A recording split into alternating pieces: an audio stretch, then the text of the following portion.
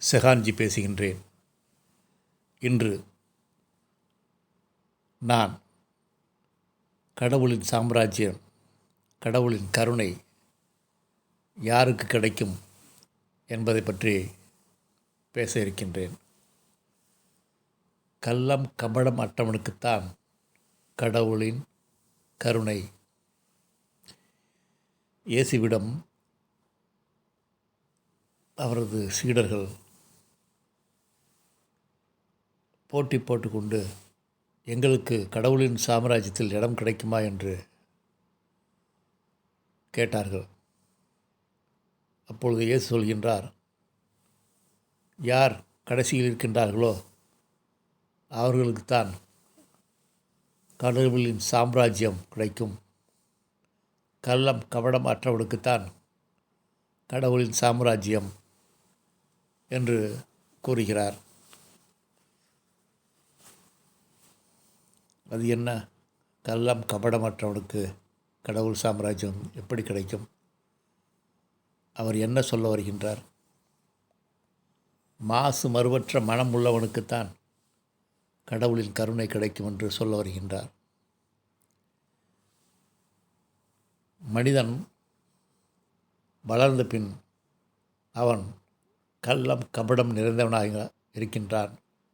இந்த சமுதாயம் அவனை கள்ளம் கபடம் நிறைந்தவனாக தான் வளர்த்து விடுகிறது.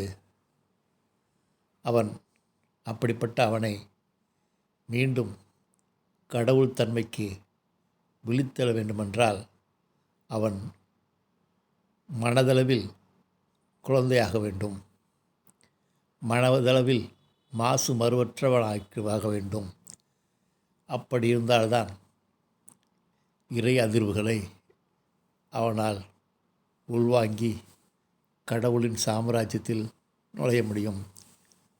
இனி எவ்வளவு செல்வம் வைத்திருந்தாலும் சரி, எவ்வளவு அறிவு வைத்திருந்தாலும் சரி, பேரறிஞராக இருந்தாலும் சரி, அவர்கள் கடவுளின் சாம்ராஜ்யத்தில் நுழைய முடியாது. ஏனென்றால் பணம் உள்ளவரிடம் நான் என்ற அகந்தை மிகுந்திருக்கும், அறிவு உள்ளவனிடம் அகந்தை மிகுந்திருக்கும். அவர்களால் கடவுளின் சாம்ராஜ்யத்தில் கடவுளின் கருணைக்கு அருகில் இந்த நிழலில் கூட ஒதுங்க முடியாது. குழந்தை உள்ளம் கொண்ட ஒருவரால் தான் கடவுளின் கருணையை பெற முடியும். பாதுகாப்பற்றவனால் தான் பிரம்மத்தின் பிரியத்தை உணர முடியும். ஆதரவற்றவனுக்குத்தான் ஆண்டவனின் அரவணைப்பு கிடைக்கும்.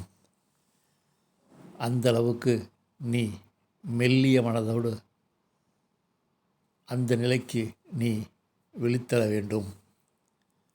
பிரபஞ்சம் யாருக்கு ஓடோடி வந்து கருணையோடு பராமரிக்கும் என்றால் கள்ளம் கபடமற்றவனை தான், பாதுகாப்பு அற்றவனை தான்.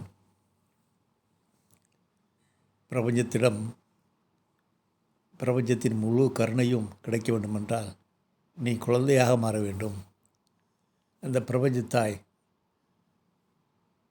உனக்காக ஓடோடி வர வேண்டுமென்றால் நீ கள்ளம் கபடம் அற்றவனாக இருக்க வேண்டும். மனம் மிக மிக மெல்லிய மனம் உள்ளவனாக மாற வேண்டும். பிரபஞ்ச மனத்திற்கு நீ விழித்தெழ வேண்டும். இப்பொழுதுள்ள மனம் ஆணவ மனம், அதிகாரம் செய்யும் மனம், பதவிக்காக போட்டி போடும் மனம், செல்வத்திற்காக தேடி தேடி அலையும் மனம், அகங்காரத்திற்காக அலையும் மனம். இப்படிப்பட்ட மனதோடு ஒருவனால் கடவுளின் கருணையை பெற முடியாது.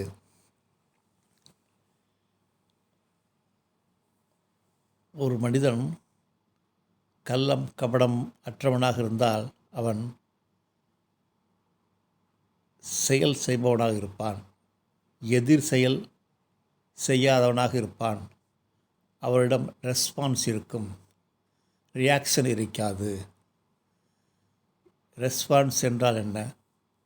ரியாக்ட் என்றால் என்ன? ஆக்ஷன் என்றால் என்ன? ஒருவர் உன் மீது கோபப்படுகிறார் என்றால் அந்த நிலையிலும் சட்டென கோபப்படாமல் பொறுமையாக அவருக்கு பதில் கூறும் மனநிலை இருந்தால் நீ ரெஸ்பான்ஸ் செய்கிறாய், நீ அப்பொழுது செயல்படுகின்றாய். அப்பொழுது உன் ஆணவ மனம் ஒதுங்கி நிற்கிறது. நீ இறைமனதோடு பொறுமையாக செயல்படுகின்றாய். சராசரி மனிதரிடம் ஒருவன் கோபப்பட்டால் சட்டென இவனும் கோபமாக ரியாக்ட் செய்து விடுவான். அவனால் ரெஸ்பான்ஸ் செய்ய முடியாது. ஏன் அவனால் ரெஸ்பான்ஸ் செய்ய முடியாது? அவன் மறுதலித்து விடுவான். காரணம், அவன் மனதில் ஏகப்பட்ட டேட்டாக்கள் பதிந்துள்ளதால் அந்த ஆணவ மனம் முன் வந்து அதற்கு எதிர் செயல் செய்ய வைத்துவிடும். ஜார்ஜ் குட்சிஃப் என்ற மேல்நாட்டு ஞானி சிறுவயதாக இருக்கும் பொழுது அவருடைய தந்தை மரணத் தருவாயில் அவரை அழைத்து, நான் இவ்வுலகு விட்டு செல்ல இருக்கின்றேன், நான் உனக்கு எந்த சொத்தும் சேர்க்கவில்லை, ஆனால் நான் ஒரு உத்தியை சொல்கின்றேன், அதை கடைபிடித்தால் வாழ்க்கையில் உன்னால் விழித்தெழுந்து வாழ முடியும் என்று அவரிடம் ஒருவர் உன்னை குறை சொல்கிறார் என்றால் சட்டென நீ ரியாக்ட் செய்து விடாதே. அவர் சொல்வதை கேட்டு ஒரு 10 நிமிடம் கழித்து அவர் சொல்வது உண்மைதானா, அவர் சொல்வது உண்மை இருந்தால் அவரிடம் போய் மன்னிப்பு கேள், அவர் சொல்வது போல் உன்னிடம் குறை இருந்தால் நீ மௌனமாக இருந்துவிடு என்று அந்த சிறுவயது ஜார்ஜ் குட்சிஃப்க்கு எதிர்வினையற்ற செயல் செய்வதற்கு அடித்தளம் போட்டு சென்று விட்டார். தந்தை சொன்ன வார்த்தையை ஜார்ஜ் குட்சிஃப் தன் வாழ்க்கையை கடைபிடித்து தன் வாழ்நாளில் மிகச்சிறந்த மேல்நாட்டு ஞானியாக உயிர்த்தெழுந்தார். அவர் கடுமையான தியான பயிற்சிகளை மேற்கொள்ளக்கூடியவர். வேகமாக காரை ஓட்டிக்கொண்டு தன்னைத்தானே விபத்தில் ஆளாக்கிக் கொள்வார். விபத்தில் ஆளாக்கப்பட்ட உடம்பில் அடிப்பட்ட அனைத்தையும் எந்தவித ரியாக்ஷன் இல்லாமல் தன் உடற்தளத்திலும் மனத்தளத்திலும் என்ன மாற்றம் ஏற்படுகிறது என்று முரட்டுத்தனமாக தன் விழிப்புணர்வை தனக்குத்தானே சோதனை நடத்தி கொள்பவர் அவர். அவருக்கு ஒயாசிஸ் என்ற ஒரு சீடன் இருந்தார். அவர் ஒரு கணித மேதை. அவர் ஒரு நாள் ஒரு மிகப்பெரிய பல்கலைக்கழகத்தை உருவாக்கி அந்த நிறுவனத்தை நடத்தி கொண்டிருந்தார். ஒரு நாள் ஜார்ஜ் குட்சிஃப் அவருக்கு ஃபோன் செய்து சட்டென கிளம்பி வா என்று ஆணையிடுகின்றார்.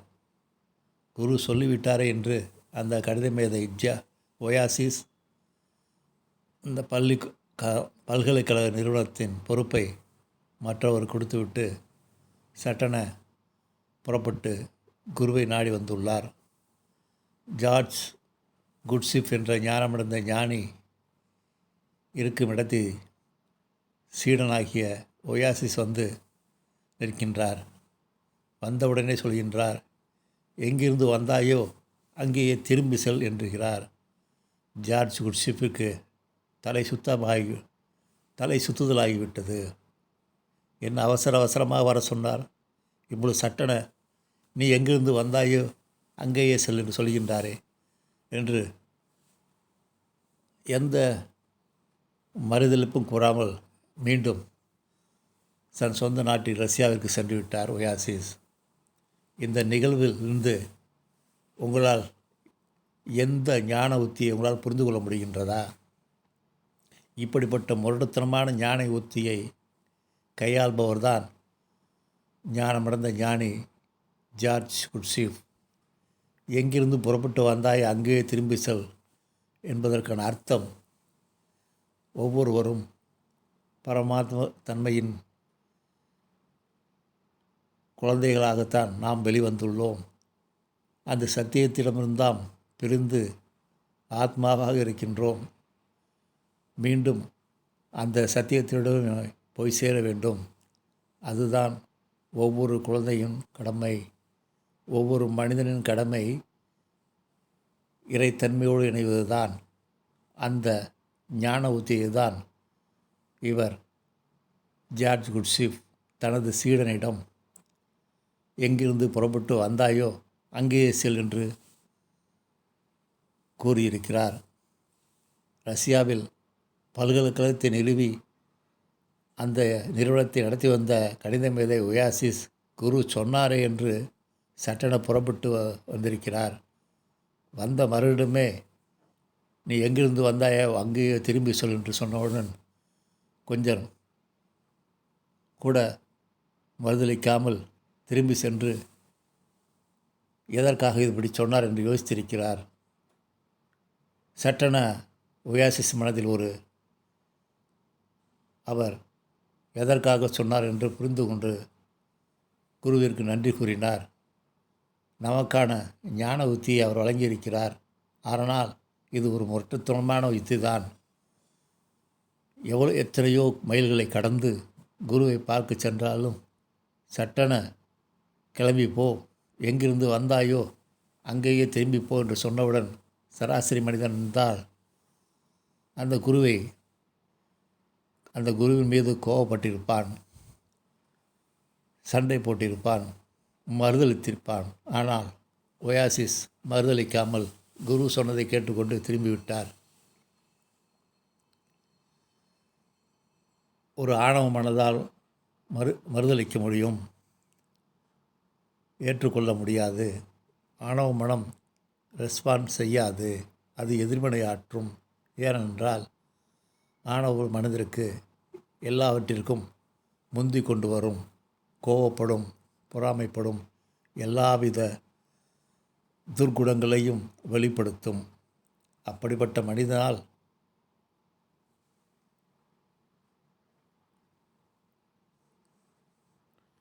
கடவுளின் கருணையை பெற முடியாது. ஒயாசிஸிடம் ஜார்ஜ் குட்ஸிஃப் ஒரு நாள் ஆன்ம கடிதம் பற்றி கூறுகின்றார். அது என்ன ஆன்ம கடிதம்?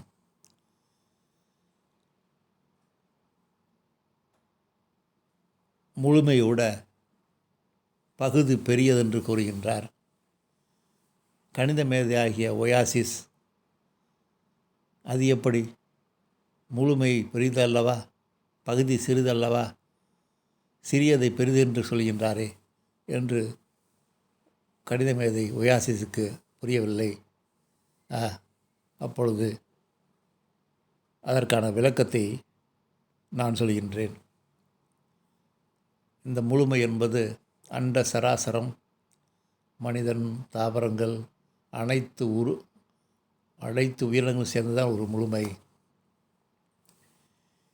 விழித்தெழுந்த மனிதன், விழித்தெழுந்த ஒரு தனி மனிதன் ஒருவன், அவனுடைய விழிப்புணர்வு முழுமையோட பெரிதாக இருக்கும். இப்பொழுது இந்த கணிதப்படி முழுமையோட பகுதி பெரிதுதான். இன்னும் உங்களுக்கு விளக்கமாக சொல்கின்றேன். புத்தரின் வாழ்க்கை வரலாற்றை சுட்டிக்காட்டி உங்களுக்கு சொல்ல இருக்கின்றேன்.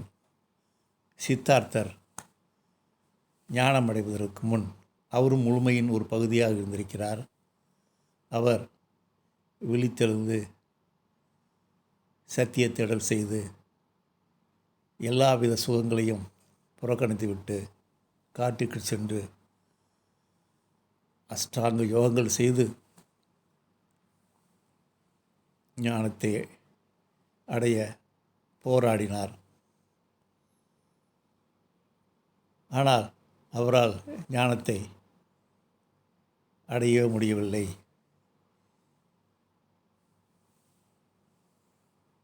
தேடலை நிறுத்தினால் தேடுவது கிடைக்கும் என்ற யுத்தியை அப்பொழுது புத்தர் அறியவில்லை. நீங்கள் தேடும் பொழுது ஆணவ மனம் முந்தி கொண்டு வரும்.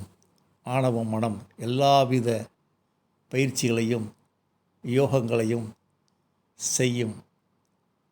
ஒரு பரபரப்போடு தான் இயங்கிக் கொண்டிருக்கும். உன் முயற்சி இருக்கும் வரை ஆணவம் உன்னில் இருந்து கொண்டே இருக்கும். எவ்வளவு முயற்சி செய்கின்றாயோ ஆணவம் பின்தொடரும்.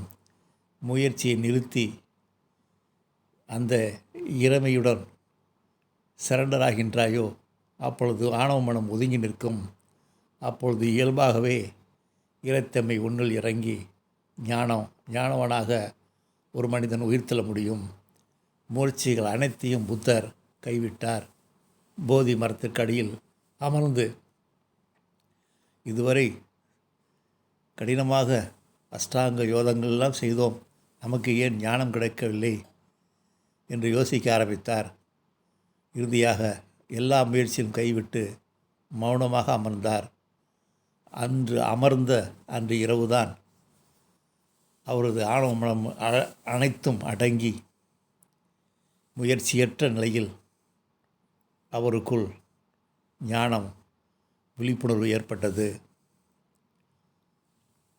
அப்படிப்பட்ட புத்தர் உருவத்தில் சிறியதாக பகுதியாக இருந்தாலும் இந்த அண்ட சராசரம் உருவத்தில் பெரிதாக இருந்தாலும் அண்ட சராசரத்தில் வாழ்கின்ற மனிதர்கள், தாவரங்கள், பறவைகள் அனைத்து உயிரினும் சேர்ந்தது தான் ஒரு முழுமை. அந்த முழுமையின் ஒரு பகுதி தான் விழித்தெழுந்த ஞானமடைந்த புத்தர் ஒரு தனி மனிதன்தான். அந்த தனி மனிதனின் விழிப்புணர்வு முன்னால் இந்த அண்ட சராசரத்தின் விழிப்புணர்வு குறைவுதான்.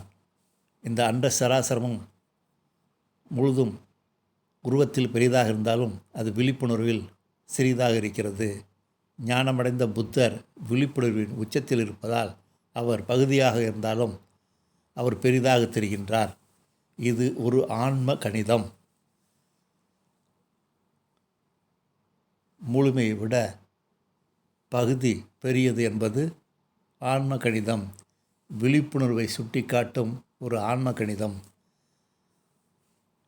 இந்த முழுமையோட பகுதி பெரிய என்று ஜார்ஜ் குட்ஸி கணித மேதையிடம் கூறும் பொழுது இது கணிதப்படி தவறு, ஆன்ம கணிதப்படி இது சரி என்று கூறுகின்றார். மனிதர்களே, எந்த சராசரத்தையும் விழிப்புணர்வால் நீங்கள் சிறியதாக்கலாம். விழித்தெழுங்கள்.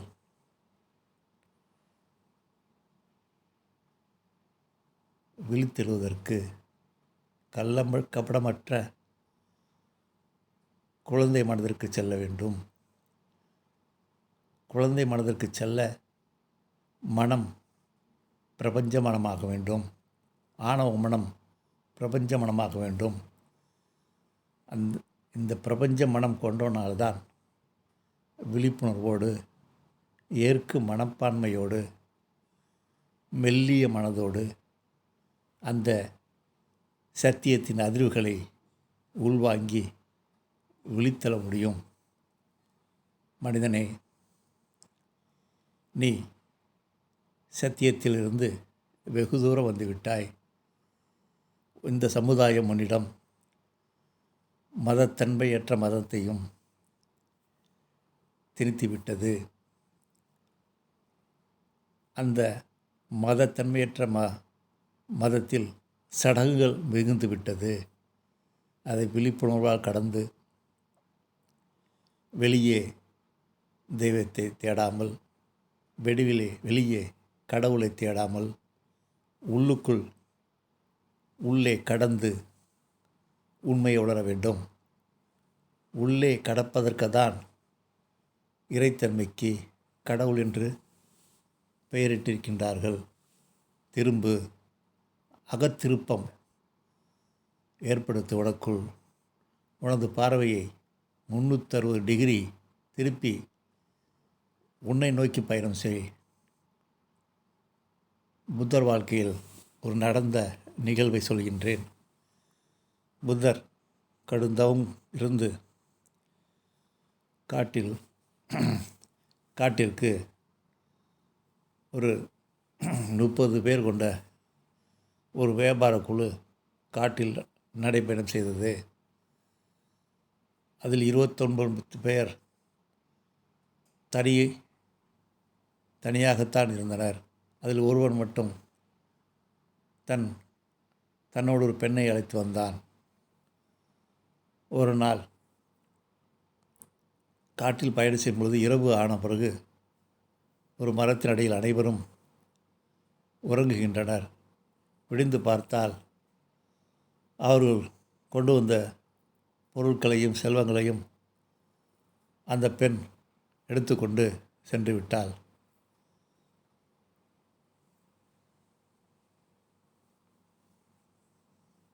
பிறகு அனைவரும் அந்த காட்டில் தேடுகின்றனர். தேடும் பொழுது சித்தார்த்தர் கடுந்தவம் செய்து கொண்டு ஒரு மரத்தின் அடியில் அமர்ந்திருக்கின்றார். அவரிடம் சென்று, இங்கே ஒரு பெண் வந்தாளா என்று கேட்கின்றார்கள். வந்தவர்களை மௌனமாக பார்த்து, பெண்ணை தேடி வருகின்றீர்களே, என்றாவது நீங்கள் உன்னை தேடுகின்றீர்களா? உங்களை நீங்கள் தேடினீர்களா? உன்னை நீ தேடினாயா? உன்னை எப்பொழுது தேடப் போகின்றாய் என்று கேள்வி எழுப்புகின்றார். என்ன, என்னை நான் தேடுவதா? ஆம், உன்னை நீ தொலைத்து விட்டாய். அவனை தேடு, அவனை கண்டுகொள். அவனை கண்டுகொண்டால்தான் நீ எதற்காக பிறந்திருப்பாய், மனித பிறவி எடுத்து வருகின்றாயோ அதற்கான காரணம் உன்னால் அறிந்து கொள்ள முடியும். பெண்ணை தேடுவதை இழுத்துவிட்டு உன்னை நீ தேடு என்று சொல்லி ஞான உரையை நிகழ்த்துகின்றார். அந்த கூட்டத்தில் உள்ள அனைவரும் புத்தர் காலில் விழுந்து சீடர்களாக மாறினர். புத்தர் சொன்னது போல், நீங்கள் பணத்தை தேடுகின்றீர்கள், அதிகாரத்தை தேடுகின்றீர்கள், ஆஸ்தியை தேடுகின்றீர்கள், சுகத்தை தேடுகின்றீர்கள், சிற்றின்பத்தை தேடுகின்றீர்கள். எப்பொழுது உன்னை தேடப் போகின்றாய்? உன்னை உன்னிடம் சேர்ப்பதுதான் ஆன்மீகத்தின் முதன்மை குறிக்கோள். நீ உன்னை விட்டு வெகு தூரம் வந்துவிட்டாய். அந்த வெகு தூரத்தை குறைக்கப்பட வேண்டும். அதற்கான சூட்சம் என்னவென்றால், உன் மனதளவில் வெகு தூரம் வந்துவிட்டாய். அந்த மனதில் உள்ள வெகு தூரத்தை குறைக்க வேண்டுமென்றால் உன் மனதில் உள்ள டேட்டாக்களை அழிக்கப்பட வேண்டும். உன்னை அடிமைப்படுத்தும் அந்த ஆணவ மனதை வேலைக்காரனாக மாற்ற வேண்டும். உன்னை அடிமைப்படுத்தும் அந்த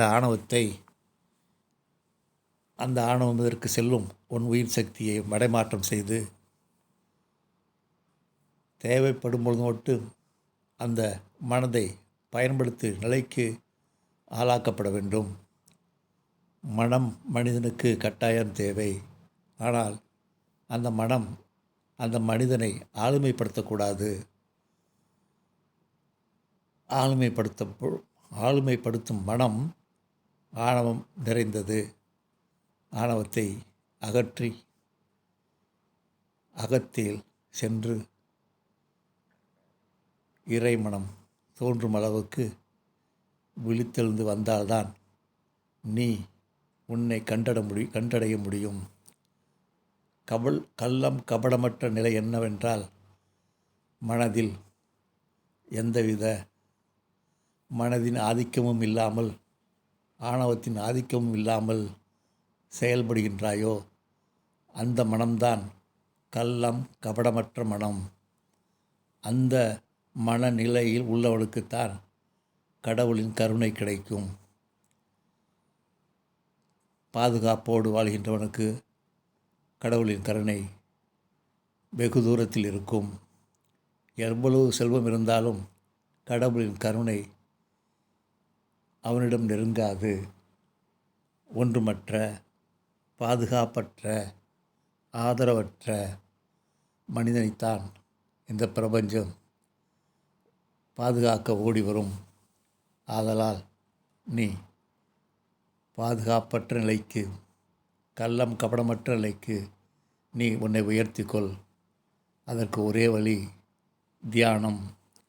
தியானத்துடன் கருணை உணர்வும் நீ வளர்த்து கொண்டால் இந்த உலகில் நீ பிறந்ததற்கான காரணத்தை உணர்ந்து உன்னை நீ தேடி கண்டுகொள்வாய். தியானம்தான் இன்றைய மனிதனை சத்தியத்தின் பாதைக்கு திசை திருப்ப முடியும். இந்த மனிதனை, இந்த சமுதாயம் மிகுந்த பரபரப்பாகவும், மிகுந்த தேடல் மிக்கதாகவும், மிகுந்த ஆக்கிரமிப்பு உள்ள மனதாகவும் ஆக்கிவிட்டது. மிகுந்த நோய்க்கு ஆட்பட்டுள்ளான். ஆணவ நோய் அவனை ஆட்டி படைக்கின்றது. அதிகார துஷ்பிரயோகம் செய்யும் அரசியல்வாதிகள் அதிகமாகிவிட்டனர். மதத்தன்மையற்ற மதவாதிகள் அதிகமாகிவிட்டனர்.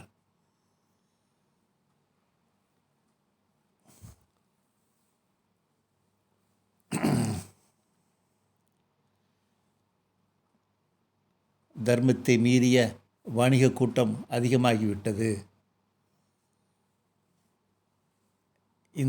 இப்படிப்பட்ட மனிதர்களின் ஆதிக்கத்தில் இருந்தால், இந்த சமூகத்தின் ஆதிக்கத்தில் இருந்தால் எந்த ஒரு மனிதனும் அவனை கண்டுணர முடியாது, அவனை தேட முடியாது.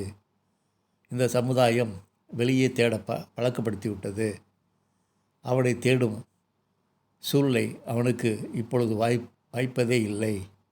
ஞானமடைந்த ஞானிகள்தான் அவ்வப்பொழுது குரல் கொடுத்து, உன்னை நீ தேடு, கள்ளம் கபடமற்று இரு, பாதுகாப்பற்று இரு, அப்பொழுதுதான் உன்னால் கடவுளின் கருணையை பெற முடியும் என்று ஞான உரை, ஞானத்தின் அறைகோல் விடுத்து கொண்டே இருக்கின்றார்கள். ஆனால் ஆணவ மனதினால் இந்த ஞான உரை பெரும்பாலான மக்களின் காதுகளில் ஏறுவதே இல்லை. பெரும்பாலான மக்கள் கம்ஃபோர்ட் ஜோனில் தான் வாழ ஆசைப்படுகின்றார்கள். பாதுகாப்பற்ற தன்மையில் வாழ பிரியப்படுவதில்லை. ஏனென்றால் ஆணவ மனம் அதற்குத்தான் ஆதரவளிக்கின்றது. ஆணவ மனம் இருக்கும் வரை உன்னால் கள்ளம் கபடமற்று இருக்கவே முடியாது. தியானம் செய், கவனி. அனுதினமும் உன்னை கவனிக்க பழகு. கவனிக்க கவனிக்க எண்ணத்தின் ஆட்சி குறைந்து உணர்வு மனம் விழித்தெழுந்து உன்னை நல்வழிப்படுத்தும்.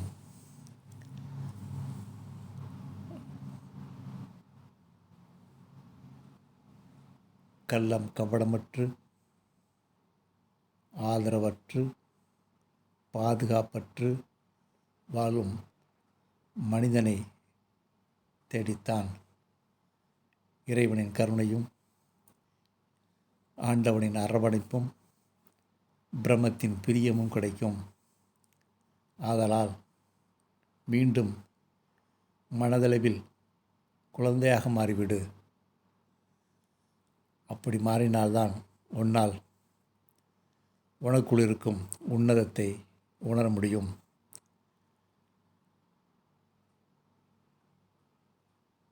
இந்த காணொளி உங்களுக்கு பிடித்திருந்தால் லைக் செய்யவும், ஷேர் செய்யவும், இந்த ஷெஹான்ஜி ஸ்பிரிச்சுவல் கிளினிக் சேனலை சப்ஸ்கிரைப் செய்யவும். உயர்க உணர்வுடன், பகிர்க பண்புடன், உயர்க உணர்வுடன், பகிர்க பண்புடன், உயர்க உணர்வுடன், பகிர்க பண்புடன். வணக்கம்.